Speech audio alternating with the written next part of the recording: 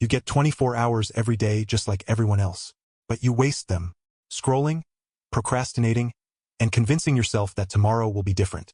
Yet days turn into months, and nothing changes. You know you have potential, but potential means nothing if it's never used. Every hour you waste is an hour someone else is using to build their dream. And deep down, you already feel it, that small regret when another day ends, and you realize you didn't move an inch closer to your goals. That's how dreams die slowly, in comfort, one at a time. Don't you think now it's the time to take responsibility of your life? Here's how you change that. Set one goal that actually matters. Build a simple system, one habit that moves you closer daily. And protect your time like it's your life. Because it is. Everyone has one life. Make sure you use yours before it's over. Now your mind will try to escape reality by binge-watching or stopping from writing your goals and executing it. By waiting for some motivation, like winter arc, New Year.